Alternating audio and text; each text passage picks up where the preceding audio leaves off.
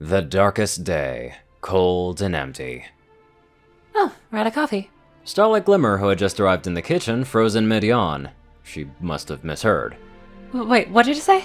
We're out of coffee. Trixie repeated in a tone that was far too casual for the dire news that she just imparted. Out? Starlight choked. We can't be out, we just bought some last week! Trixie levitated the bag of coffee grounds under Starlight's nose, then turned it upside down. A few small particles drifted sadly to the kitchen floor like the dying gasp of a cloud being bucked into oblivion during winter wrap-up. Starlight stared in disbelief at the scene before her. That empty bag cloaked in Trixie's light pink magic represented the death of all of her plans and hopes for the day. She could already feel the beginnings of a headache building behind her horn, and her eyelids seemed to have heavy lead weights stuck to them. She collapsed to her knees and reached out weakly with her forelegs to take hold of the bag. Trixie's aura winked out as Starlight cradled it gently to her chest. How? Starlight whispered. How could this happen? Trixie warned you that those late-night study sessions would catch up with you. The blue unicorn replied, apparently unconcerned that Starlight's life was falling apart around her. You've been drinking that stuff by the bucket. While she spoke, Trixie used her magic to fetch a teacup and began to brew her own morning beverage of choice. I need it. Starlight protested. I'm the head mer of an experimental friendship school that's on the rocks in more ways than one right now.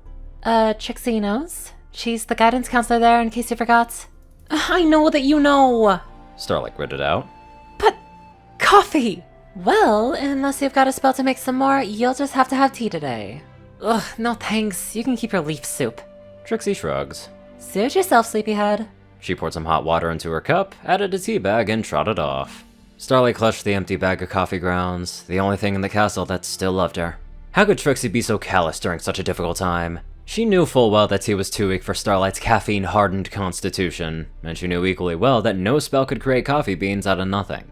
As a last act of desperation, Starlight reached out with her magic and tore the kitchen apart. Every door flew open, every drawer emptied itself. She even emptied the freezer in case Trixie had bought some coffee ice cream without telling her. But there was nothing. There wasn't a molecule of caffeine in the entire kitchen, except for Trixie's disgusting tea. She was doomed to a miserable day of headaches and exhaustion. Wait! Starlight gasped as inspiration struck. She couldn't produce the beans from thin air, but there was a spell that she could use to get coffee. With shaking hooves, she gently laid the empty coffee bag to rest in the trash can. Then her horn flared to life as she folded time and space around herself. No, Pony, not even Trixie knew that Starlight had managed to recreate the time travel spell that she used all of those years ago to try to stop the sonic rain boom. Even better, now that she could do it without the help of the map. Reverse engineering the spell had only been an exercise for Starlight, a test to see that if she could do it. She'd certainly never intended to use it again, but this was an emergency. Besides, now that she understood the risks, she knew to keep her interference to a minimum. One minor change to Equestria's past was all she needed. One small event would happen here instead of there 1,000 years ago, and then no pony in Ponyville would ever run out of coffee again. A whirling vortex opened above Starlight's head and she threw herself into it. Run that by me one more time, my little darling. Princess Rarity said as she massaged beneath her horn. That long, graceful horn was beautifully framed by her flowing mane, which sparkled as if studded with gemstones. Her wings twitched in agitation as she took in Starlight Glimmer's story. Starlight coughed. Well, like I said, I used the spell to travel 1,000 years into the past, and I arrived just after Equestria was found. And while there, you stole the kingdom's first coffee beans, which the Earth Ponies had intended to present as a gift to Celestia and Luna, to plant them near what would become Ponyville so that Equestria's largest coffee farm would be right next to my home in my own time. Starlight finished for her. Which led to... Rarity gestured to one of the many large windows of her palace in Platinum City, which stood where Ponyville should have been.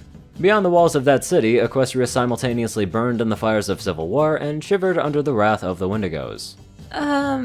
Yes? Starlight replied with a sheepish smile. It quickly withered under Rarity's glare.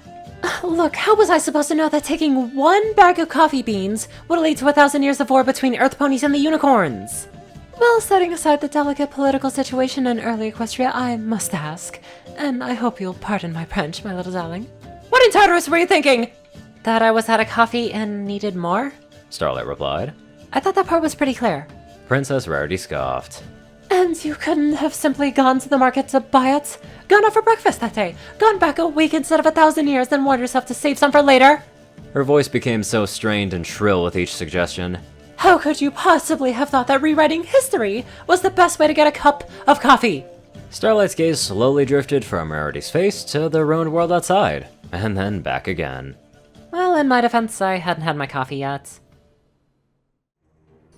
Well, that went further down south than I thought. I mean, hell, why couldn't she just settle for a cup of hot cocoa? It's not exactly coffee, but it's similar-ish, if you count the sugar, and maybe the marshmallows. Anyways, let's get on to our charming donators. Top donators: TacoCat598, Peter Coulthard, J Tinman, Darkside, Gauntlet, and Only One Thing. Zar630, Strix, Rayden, Narwhals, Blackmoonheart, Drake Lovedragon, Pastel Skies, Austin Roland, CrazyKiller557, Stu Hex, Will, Dospo, Madman Stan, Delta Omega, Jack Cadge, Runes99852, Leslie Prickett, Hunter Norman, Stephen Bingham, LineGuy12, Jason Alvarado, and many more amazing people. Thank you all so much for watching this video, and live life to the fullest.